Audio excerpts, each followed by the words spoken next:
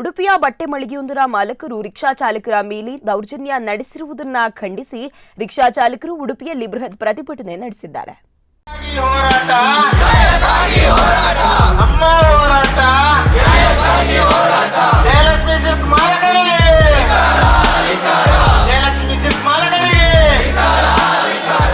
ಕೆಲ ದಿನಗಳ ಹಿಂದೆ ಉಡುಪಿಯ ಪ್ರತಿಷ್ಠಿತ ಬಟ್ಟೆ ಮಳಿಗೆ ಬನ್ನಂಚಿಯ ಜಯಲಕ್ಷ್ಮಿ ಸಿಲ್ಕ್ಸ್ನ ಮಾಲಕರು ರಿಕ್ಷಾ ಚಾಲಕರ ಮೇಲೆ ದೌರ್ಜನ್ಯ ನಡೆಸಿದ ಘಟನೆ ನಡೆದಿತ್ತು.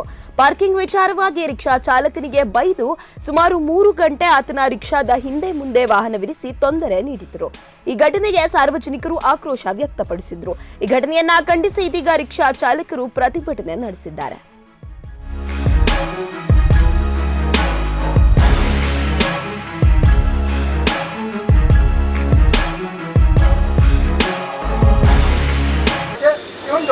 ಇಲ್ಲ ಮರ ನಾನು ಹೋಗ್ತಾ ಇದ್ದೇನೆ, ನಾನೇ ನಿಲ್ಲಿಲ್ಲ, ನಿಂತರೆ ಮಾತಾಡು ಅಂತ ಹೇಳಿದ.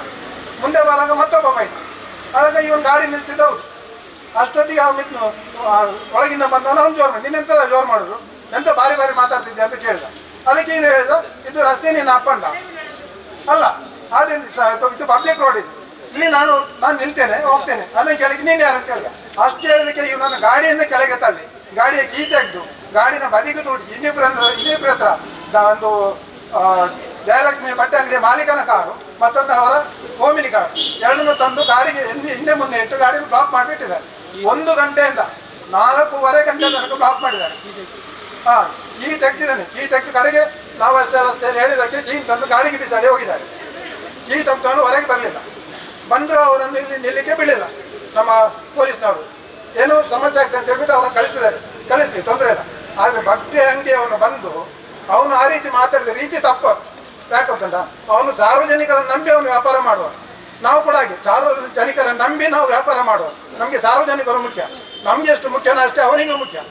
ಮತ್ತು ನಾನು ಎಲ್ಲರಿಗೂ ರೆಸ್ಪೆಕ್ಟ್ ಕೊಡೋ ಹಾಗೆ ನಮಗೆ ರಿಕ್ಷಾದವರಿಗೂ ರೆಸ್ಪೆಕ್ಟ್ ಕೊಡಬೇಕು. ಯಾಕೆ ಗೊತ್ತಾ, ನಮಗೆ ಎಷ್ಟೋ ಜನ ಬರ್ತಾರೆ, ಪ್ಯಾಸೆಂಜರ್ ಬರ್ತಾರೆ, ಗೊತ್ತಿರೋದಿಲ್ಲ ಕೆಲವರಿಗೆ ಒಳ್ಳೆ ಬಟ್ಟೆ ಅಂಗಡಿ ಎಲ್ಲಿ ಉಂಟು ಅಂತ ಹೇಳೋದಕ್ಕೆ ನಾವು ಕರ್ಕೊಂಡು ಹೋಗ್ತೇವೆ. ಜಯಲಕ್ಷ್ಮಿ ಉಂಟು ಅಲ್ಲಿ ಹೊಸದಾಗಿದೆ, ಬನ್ನಿ ನಾವು ಬಿಡ್ತೇವೆ ಅಂತ ನಾವು ಕರ್ಕೊಂಡು ಬಿಡ್ತೇವೆ. ಅದೊಳ್ಳೆ ನಾವು ಕೂಡ ಅವನ ಕಸ್ಟಮರೇ. ನಮ್ಮ ಮನೆಯವರು ಕೂಡ ಅಲ್ಲಿ ಬಟ್ಟೆ ಪರ್ಚೇಸ್ ಮಾಡ್ತಾರೆ, ನಾವು ಕೂಡ ಮಾಡಿದ್ದೇವೆ. ಅದನ್ನು ಯಾವುದನ್ನು ಹೇಳಿದ್ರು ನಿಮ್ಮದಲ್ಲಿ ವ್ಯಾಪಾರ ನನಗೆ ಅಗತ್ಯ ಇಲ್ಲ ಅಂತ ಹೇಳಿದಾನೆ ಅವನು. ಅಂಥ ದುರಂಕಾರ ಇದೆ ಅವನಿಗೆ.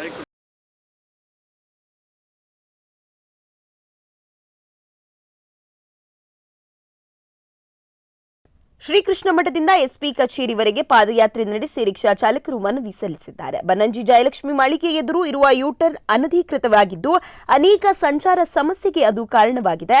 ಅದನ್ನ ತೆರವುಗೊಳಿಸುವಂತೆ ಕೂಡ ಮನವಿ ಸಲ್ಲಿಸಿದ್ದಾರೆ. ಈ ಸಂದರ್ಭದಲ್ಲಿ ಮಾತನಾಡಿದ ಆಟೋ ಯೂನಿಯನ್ ಅಧ್ಯಕ್ಷ ಕೃಷ್ಣಮೂರ್ತಿ ರಿಕ್ಷಾ ಚಾಲಕರ ಮೇಲಿನ ದೌರ್ಜನ್ಯ ವಿರುದ್ಧ ಆಕ್ರೋಶ ವ್ಯಕ್ತಪಡಿಸಿದ್ದಾರೆ.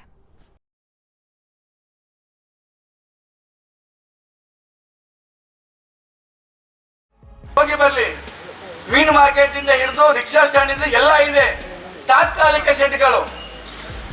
ಅದಲ್ಲದೆ ಉಡುಪಿಯ ಎಲ್ಲ ಬಿಲ್ಡರ್ನವರು ಇಲ್ಲಿ ಎಲ್ಲರೂ ಇರಲಿ ತುಂಬಾ ಸಹಕಾರ ಕೊಟ್ಟಿದ್ದಾರೆ. ರಿಕ್ಷಾ ಸ್ಟ್ಯಾಂಡ್ ಒಂದು ಬಿಲ್ಡಿಂಗ್ ಆದ ಕೂಡಲೇ ನಮ್ಮ ಇದರ ಎದುರು ಒಂದು ರಿಕ್ಷಾ ಸ್ಟ್ಯಾಂಡ್ ಮಾಡಿ ರಿಕ್ವೆಸ್ಟ್ ಮಾಡಿದ ದೊಡ್ಡವರು ಹಿರಿಯರಿದ್ದಾರೆ ನಮ್ಮಲ್ಲಿ. ನಾವು ಕೂಡ ಉಡುಪಿಯಲ್ಲಿ ತುಂಬಾ ರಿಕ್ಷಾ ಸ್ಟ್ಯಾಂಡ್ ಅನ್ನು ಮಾಡಿಸಿಕೊಟ್ಟಿದ್ದೇವೆ. ಯಾಕಂದ್ರೆ ಅವರಿಗೆ ರಿಕ್ಷಾ ಚಾಲಕರಿಗೂ ಅನುಕೂಲ, ಆ ಬಿಲ್ಡರ್ನವರಿಗೂ ಅನುಕೂಲ. ಬಂದು ಕಡೆ ಎರಡು ಅನುಕೂಲ ಆಗ್ತದೆ. ಯಾಕಂತ ಹೇಳಿದ್ರೆ ದಿವಸದಿಂದ ದಿವಸಕ್ಕೆ ಸಿಟಿ ಬೆಳೆಯುವಾಗ ಚಾಲಕರು ಕೂಡ ಬೆಳೀತಿದ್ದಾರೆ. ಅದಕ್ಕೋಸ್ಕರ ನಮಗೂ ಕೂಡ ಒಳ್ಳೆಯದು ಅಂತೇಳಿ ನಾವು ಅದನ್ನು ಮಾಡ್ತಾ ಇದ್ದೇವೆ.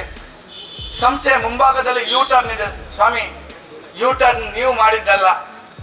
NH 66 NH 69ಕ್ಕೆ ಅದರದ್ದೇ ಹೈವೇದ್ದೇ ಕಾನೂನು ಇದೆ. ನಾನು ಈ ಮೂಲಕ ಎಲ್ರಿಗೂ ಹೇಳ್ತೇನೆ, ಮಣಿಪಾಲದಿಂದ ಬಂದು ಆದಿಡುಪಿ ಕರಾವಳಿ ಜಂಕ್ಷನ್ ಹೈವೇ ತನಕ ನೋಡುವ ಯಾವುದಕ್ಕೆ ಒಂದು ಪರ್ಮಿಷನ್ ಇದ್ರೆ ನೀವು ಮೀಡಿಯಾದವರು ಕೇಳ್ಬೋದು, ನಾವು ಕೇಳ್ತೇವೆ. ಯಾವುದಕ್ಕೆ ಕಟಿಂಗ್ ಮಾಡುವಾಗ ಹೈವೇ ಅವರು ಪರ್ಮಿಷನ್ ಕೊಟ್ಟಿದ್ದಾರೆ ಹೇಳಿ.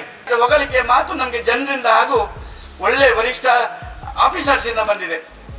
ಇಂಥ ಮಾತನ್ನು ಕೇಳ್ಕೊಂಡು ಇಂಥ ಸಾಮಾನ್ಯ ಪುಡಿ ರೌಡಿಗಳನ್ನು ಇಟ್ಟುಕೊಂಡು ಯಾರಿಗಾದ್ರೂ ಕಾನೂನು ಕೈಗೆತ್ತಿಕೊಳ್ಳಲಿಕ್ಕೆ ಅವಕಾಶ ಉಂಟಾ ಸ್ವಾಮೀಜಿ? ಯಾರಿಗೂ ಕಾನೂನು, ಈ ಕಾಲದಲ್ಲಿ ಯಾರಿಗೂ ಕಾನೂನು, ಅವರ ದಬ್ಬಾಳಿಕೆಗೆ ಮಾಡ್ಬೋದು. ದಬ್ಬಾಳಿಕೆ ಮೂಲಕ ಇದನ್ನು ಹೇಳಿಕೆ ಕೊಟ್ಟದ್ದು ನೋಡಿ. ಉಡುಪಿ ಉಪನೋಂದಣಾಧಿಕಾರಿ ಕಚೇರಿ ಸಮೀಪ ಸಂತೆಕಟ್ಟೆ ಕಲ್ಯಾಣಪುರ ಚರ್ಚ್ ಎದುರುಗಡೆ ಉದ್ಯಾವರ ಬಲೆಪಾದೆ ಉದ್ಯಾವರದಲ್ಲಿ 4 ರಿಕ್ಷಾ ಸ್ಟ್ಯಾಂಡ್ ಕಟ್ಟಿಸಿದ್ದಾರೆ. ಇವರು ಅಪ್ಪನ ಮನೇಲಿ ಕಟ್ಟಿದ್ದಾರೆ. ಇವರು ಕಡೆಗಾರು ಪಂಚಾಯತ್, ಉದ್ಯಾವರ ಪಂಚಾಯತ್, ಇಲ್ಲಿ ಉಡುಪಿ ನಗರಸಭೆ, ಸಂತೆಕಟ್ಟೆ ಉಡುಪಿ ನಗರಸಭೆಯ ಆಧೀನದಲ್ಲಿದೆ. 15ಕ್ಕೂ ಜಾಸ್ತಿ ರಿಕ್ಷಾ ಸ್ಟ್ಯಾಂಡ್ಗೆ ಇಂಟರ್ಲಾಕ್ ಹಾಕ್ಸಿದ್ದೇವೆ. 15ಕ್ಕೂ ಜಾಸ್ತಿ ಸೋಲಾರ್ ಲೈಟ್ ಹಾಕ್ಸಿದ್ದೇವೆ. ಮೊನ್ನೆ ದೀಪಾವಳಿ ಹಬ್ಬದ ದಿವಸ ಕುತ್ಪಾಡಿ ರಿಕ್ಷಾ ಸ್ಟ್ಯಾಂಡ್ಗೆ ನಿನ್ನೆಲ್ಲ ಮೊನ್ನೆ ದೀಪಾವಳಿ ಹಬ್ಬದ ದಿವಸ ಸೋಲಾರ್ ಲೈಟ್ ಉದ್ಘಾಟನೆ ಮಾಡಿದ್ದೇವೆ. ನಮ್ಮ ಬೋರ್ಡ್ ಹಾಕಲಿಲ್ಲ, ನಮ್ಮ ಬಿಸ್ನೆಸ್ ಪಾಯಿಂಟ್ ನಾವು ಬೋರ್ಡ್ ಹಾಕಲಿಲ್ಲ. ಭಿನ್ನಾಭಿಪ್ರಾಯ ಇರುವುದಿಲ್ಲ ಆಟೋ ಚಾಲಕರಲ್ಲಿ. ಸ್ವಾಮಿ, ಆಟೋ ಚಾಲಕರಲ್ಲಿ ಭಿನ್ನಾಭಿಪ್ರಾಯ ಇರದೇ ಇದ್ರೆ ಇವರ ಅಮಾಯಕರು, ಇವರ ಗುರ್ತ ಯಾರಿಗೂ ಇಲ್ಲ ಅಲ್ಲಿ. ಯಾಕಪ್ಪ ಇವರ ರಿಕ್ಷಾ ಚಾಲಕರಾದ ದಬ್ಬಾಳಿಕೆ ಕಾನೂನು ಕೈಗೆತ್ತಿಕೊಂಡು ಒಂದು RTO ಆಫೀಸರಿಗೆ ಸಮೇತ ಕೀ ತೆಗೆದುಕೊಂಡು ಇಟ್ಕೊಳ್ಳುವ ಇದಿಲ್ಲ. ಅವರದ್ದೇನೋ ಸ್ಮಗ್ಲಿಂಗ್ ಅದೇನೋ ಸಿಕ್ಕಿದ್ರೆ ಮಾತ್ರ ಇವರ ಗಾಡಿಯನ್ನು ಸೀಸ್ ಮಾಡುವಂಥದ್ದು, ಇಲ್ಲ ಫೈನ್ ಕಟ್ಟಿ ಕೋರ್ಟಿಗೆ ಅಂತ ಹೇಳುವಂಥ ಒಂದು ಕಾನೂನು ಇರುವಂಥದ್ದು. ಅದು ಇಲ್ಲದೆ ದಬ್ಬಾಳಿಕೆ ಎದುರು ಒಂದು ಹಿಂದೆ ಒಂದು ಗಾಡಿ ಇಟ್ಟು ತನ್ನ ರಾಜಾರೋಷವಾಗಿ ಪೊಲೀಸ್ ಸಮ್ಮುಖದಲ್ಲಿ ಇದನ್ನೆಲ್ಲ ಮಾಡಬೇಕಾದ್ರೆ ಅವರಿಗೆ ಎಲ್ಲಿ ತನಕ ಅವ್ರ ತಲೆಯಲ್ಲಿ ಇರಬೇಕು ಅಂತ ತಾವೆಲ್ಲ ಮಾಧ್ಯಮ ಮಿತ್ರರು, ಪತ್ರಿಕಾ ಮಾಧ್ಯಮದವರು ಹಾಗೂ ಇಲ್ಲಿ ಎಲ್ಲ ಪೊಲೀಸ್ ಆಫೀಸರ್ನವರು ಇದ್ದಾರೆ, ತಾವು ಕೂಡ ಯೋಚನೆ ಮಾಡಬೇಕು. ನಿಲ್ಲಿಸಿದ್ದು ಆಯಿತು, ಪೇಮೆಂಟ್ ಇಲ್ಲ, ಆದರೆ ಡಿವೈಡರ್ ನಡುವಲ್ಲಿ ಅವರಿಗೆ ಕಾನೂನು ಮಾಡುವಂಥದ್ದು. ಆ ಪೇಮೆಂಟ್ ಇದ್ದವನು ಸಮೇತ ಅವನು ಇದರೊಳಗೆ ನಿಲ್ಲಬೇಕು, ರೋಡಲ್ಲಿ ನಿಲ್ಲಕ್ಕಿಲ್ಲ. ಗಾಡಿ ಕಾನೂನು ಪ್ರಕಾರ ರೋಡಲ್ಲಿ ಹೋಗುವವನಿಗೆ ಕಾನೂನು ಹೇಳಲಿಕ್ಕಿಲ್ಲ. ಗೇಟ್ನ ಒಳಗೆ ಬಂದರೆ ಮಾತ್ರ, ಫುಟ್ಪಾತಿಗೆ ಬಂದರೆ ಮಾತ್ರ ಅವನಿಗೆ ಕಾನೂನು ಹೇಳಬೇಕು ಅಂತ ಒಂದು ಕಾನೂನು ಇರುವಂಥದ್ದು. ಇದು ಏನೇ ಇದ್ರು ಆ ಹೈವೇ NH 169 ಅಧಿಕಾರಿಗೂ ಸಮೇತ ನಾವು ಮನವಿಯನ್ನು ಕೊಡ್ತೇವೆ. ಅವರಿಗೆ ಅದೇ ದಿವಸ ಫೋನ್ ಮಾಡಿದೆ 2 ಗಂಟೆ ರಾತ್ರಿ ಅಂತೇಳಿ. ಮತ್ತೆ ನಮ್ಮ ಅಧ್ಯಕ್ಷರು ಚರಣ್ ಬಂಗೇರ್ ಅವರೆಲ್ಲ ಬಂದು ಅದನ್ನು ನೋಡಿ ನಿಲ್ಲಿಸಿದ್ರು. ಸ್ವಾಮಿ, ಅವರಿಗೆ ಅದಕ್ಕೂ ಲೈಸೆನ್ಸ್ ಇಲ್ಲ, ಹೈವೇ ಲೈಸೆನ್ಸ್ ಮಾಡಿಸ್ಲಿಲ್ಲ. ನಂತರ 3 ದಿವಸದಲ್ಲಿ ಲೈಸೆನ್ಸ್ ಕೊಟ್ಟಿದ್ದಾರೆ. ಪಾಪದವರಿಗೆ ಒಂದು ರಿಕ್ಷಾ ಸ್ಟ್ಯಾಂಡಿಗೆ ಲೈಸೆನ್ಸ್ ಕೊಡೋದಿಲ್ಲ, ರೋಡ್ ಕಟ್ಟಿಂಗಿಗೆ ಇವರು 3 ದಿವಸದಲ್ಲಿ ಕೊಟ್ಟಿದ್ದಾರೆ. ಇದು ನಮ್ಮಲ್ಲಿ ನಡೆಯುವ ಒಂದು ದಬ್ಬಾಳಿಕೆ ಒಂದು ಮೂಲ. ಇಂಥದ್ದೆಲ್ಲ ನಿಲ್ಲಿಸಬೇಕು ಅಂತೇಳಿ ಹೇಳ್ತಾ ರಿಕ್ಷಾ ಚಾಲಕರಿಗೆ ನಾವು ಇನ್ಶೂರ್ ಮಾಡಿದ್ದೇವೆ. ಸ್ವಾಮಿ, ನಾವು ನಮ್ಮ ರಿಕ್ಷಾ ಯೂನಿಯನ್ನಲ್ಲಿ 2800 ಮಂದಿ ಇದ್ದಾರೆ. ಹೆಚ್ಚು ಕಮ್ಮಿ ನಾವು 1000ಕ್ಕೆ ಜಾಸ್ತಿ ಸಂಕಟ ಮೋರ್ಚೆಯಲ್ಲಿ ನಾವು ಇನ್ಶೂರ್ ಮಾಡಿದ್ದೇವೆ. 200 ರೂಪಾಯಿ ನಾವೇ ಸ್ವಂತ ಕೊಟ್ಟು ನಮ್ಮ ಕೈಯಿಂದ, ನಾವು ಎಲ್ಲಿಯೂ ಹೇಳ್ಕೊಳ್ಳಿಲ್ಲ. ಇಂಥದ್ದೆಲ್ಲ ಎಂತ ಒಂದು ಕೈಯಲ್ಲಿ ಇನ್ನೊಂದು ಕೈಯಲ್ಲಿ ಕೊಟ್ಟದ್ದು ಗೊತ್ತಾಗ್ಬಾರ್ದು. ಇಂಥದ್ದೆಲ್ಲ ಹೇಳಿಕೆಯನ್ನು ಕೊಡು ಸಮಂಜಸ ಅಲ್ಲ. ಇವರು CC ಕ್ಯಾಮೆರಾ ಫುಟೇಜಲ್ಲಿ ಎಲ್ಲ ಇದೆ. ಮನೆಗೆ ಊಟಕ್ಕೆ 2-4 ಗಂಟೆಗೆ ಹೋಗ್ತಾರೆ. 2-4ಗೆ ಹೋಗುವಾಗ ಸ್ಲೋ, ಅಲ್ಲಿ ಟ್ರಾಫಿಕ್ ಫುಲ್ ಜಾಮ್ ಆಗ್ತದೆ ಅಂತೇಳಿ ಏನಿಲ್ಲ. ಬಟ್ ಬೇಕಿದ್ರೆ ಅಲ್ಲಿ ಅವಕಾಶ ಇದ್ದರೆ, ಹೈವೇದ ಅವಕಾಶ ಇದ್ದರೆ ಓಪನ್ ಇದೆ. ನಾನು ಎಲ್ಲರದ್ದು ಕನ್ಸಲ್ಟ್ ಮಾಡಿ, ನಿಮಗೂ ಕನ್ಸಲ್ಟ್ ಮಾಡಿನೇ ಕೊನೆಗೆ ಡಿಸಿಷನ್ ತೊಗೊಳಕ್ಕೆ ಹೇಳ್ತೀನಿ. ಯಾಕೆ ಅಂದರೆ ಈಗ ಹೈವೇನಲ್ಲಿ ಆಟೋ ಸ್ಟ್ಯಾಂಡ್ ಇರಬಾರದು ಎಂದು ಏನು ನಿಯಮಗಳಿದೆಯೋ, ಈಗ ನಾನು ನಿಯಮಗಳಂದರೆ ಎಲ್ಲರಿಗೂ ಬರಬೇಕು. ಎಲ್ರಿಗೂ ಬಂದು ಹೌದು. ಈಗ ಅಲ್ಲಿ ಮಣಿಪಾಲ್ ತನಕ ಎಲ್ಲಿಂದ NH ಸ್ಟಾರ್ಟ್ ಆಗುತ್ತೋ ಮಣಿಪಾಲ್ ತನಕ, ಅಂದರೆ ಟೌನ್ ಒಳಗೆ ನಾನು ಹೇಳ್ತಾ ಇರೋದು, ಒಂದೇ ಕಾನೂನು ಇರಬೇಕು. ಜಯಲಕ್ಷ್ಮಿ ಸಿಲ್ಕ್ಸ್ನವ್ರಿಗೆ ಒಂದು ಕಾನೂನು, ಆಟೋ ಯೂನಿಯನ್ ಅವ್ರಿಗೆ ಒಂದು ಕಾನೂನು ಇರಬಾರ್ದು. ಹೀಗೆ ನಾವು ಆಟೋ ಸ್ಟ್ಯಾಂಡ್ ರೋಡ್ ಪಕ್ಕದಲ್ಲಿ ಇರಬಾರ್ದು ಅಥವಾ NHನವರು ವೆರಿಫೈ ಮಾಡಿ ಇರಬಾರ್ದು ಅಂದರೆ ಆಮೇಲೆ ನಿಮ್ಮದು ಒಪಿನಿಯನ್ ಕೇಳಬೇಕು.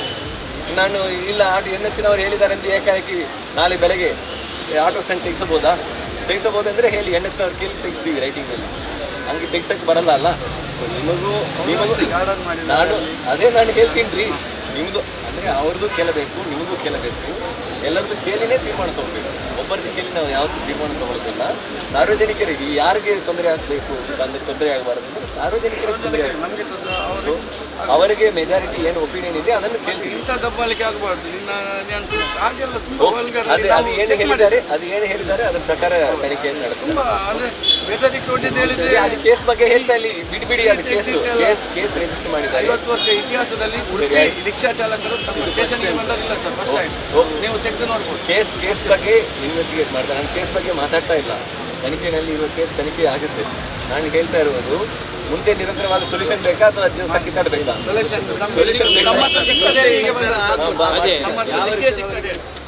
ಟ್ರಯಲ್ ಮಾಡಿದ್ದೀವಿ, ಅದನ್ನು ಎಕ್ಸ್ಪೆರಿಮೆಂಟ್ ಮಾಡಿ ಎಲ್ಲರೂ ಟೋಟಲ್ ರಿವ್ಯೂ ಮಾಡಿ ನಾವು ಮಾಡ್ತೀವಿ. ಓಕೆ.